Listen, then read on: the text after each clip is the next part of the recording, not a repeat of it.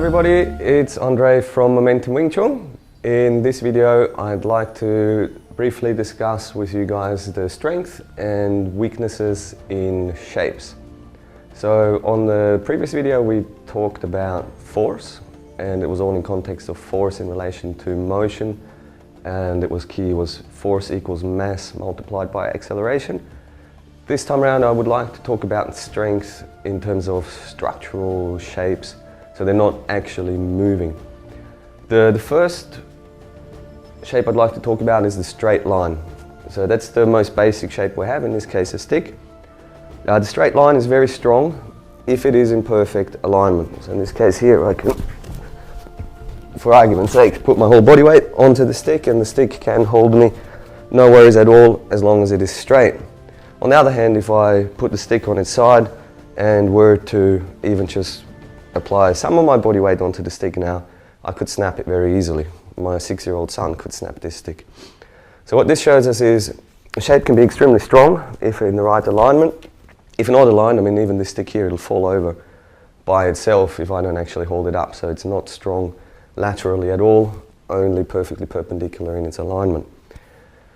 How this translates into the body, Heath, if you can give me a hand here for 1 second please, is I've now got the straight line here in my arm, and if Heath pushes into me into the wall, it requires absolutely no effort at all on my behalf to hold Heath's force, because I've got the structural alignment same as a stick. So just to prove that it's not just me doing it, Heath, if you can stand there please, hold your arm completely straight. And I can press as hard as I want onto Heath, and Heath can hold that force without effort. Just like again this stick too can hold as much force as I like without effort. The same thing would apply obviously if we were lying on the ground. If I was lying on my back and pressing down onto the stick like this, that would give me the right alignment too. Or maybe Heath, if you can help me here 1 more sec please. If you just stand here like this, if I push down on Heath, Heath can hold all that force without any effort at all, because he has a straight spine aligned with the direction of the push. Make sense? Righto, so that's the straight alignment.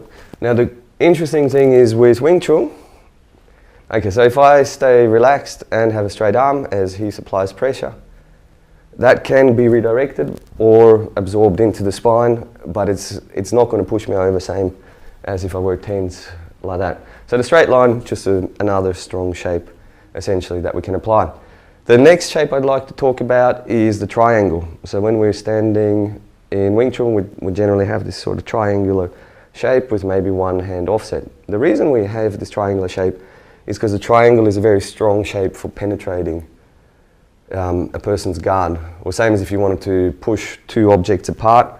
If we had 2 objects here, it might be very hard for me to pull them apart like that, but if I can shove a wedge in here, that will easily push the 2 things apart. In context, let's say he has his guard up like a boxer type guard.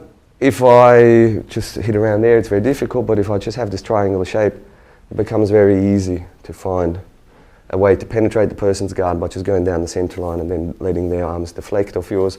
A bit like a boat, for example, would be pushed through water as well. You've got the engine behind.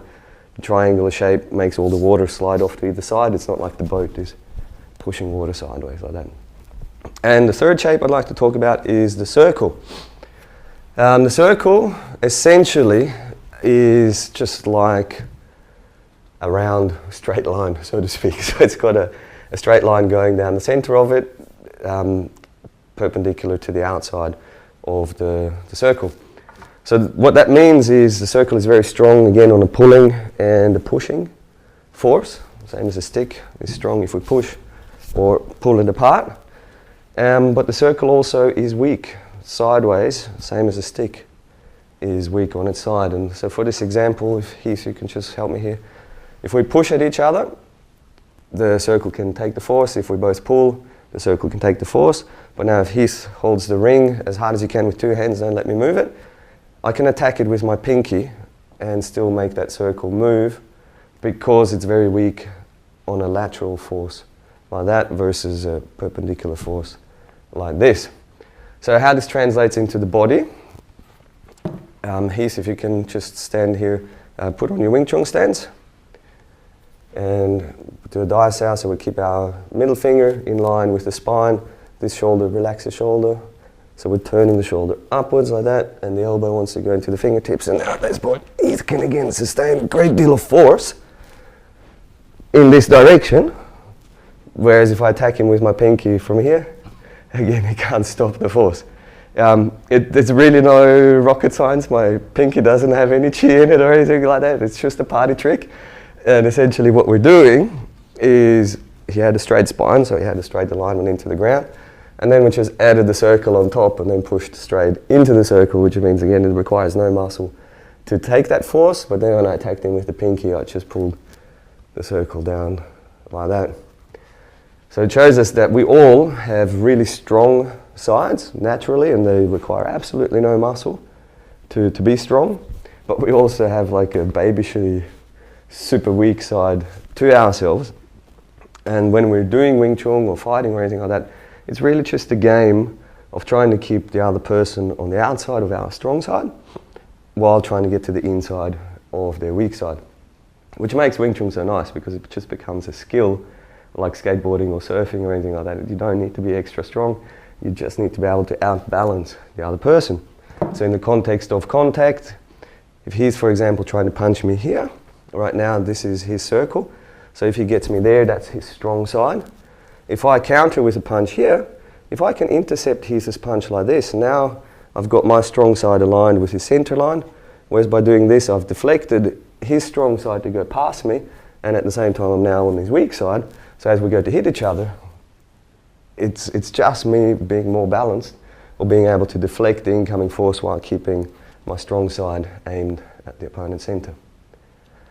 Okay, I guess that's it for the shapes. If you have any more questions around shapes, again, feel free to contact me. I'm happy to elaborate further.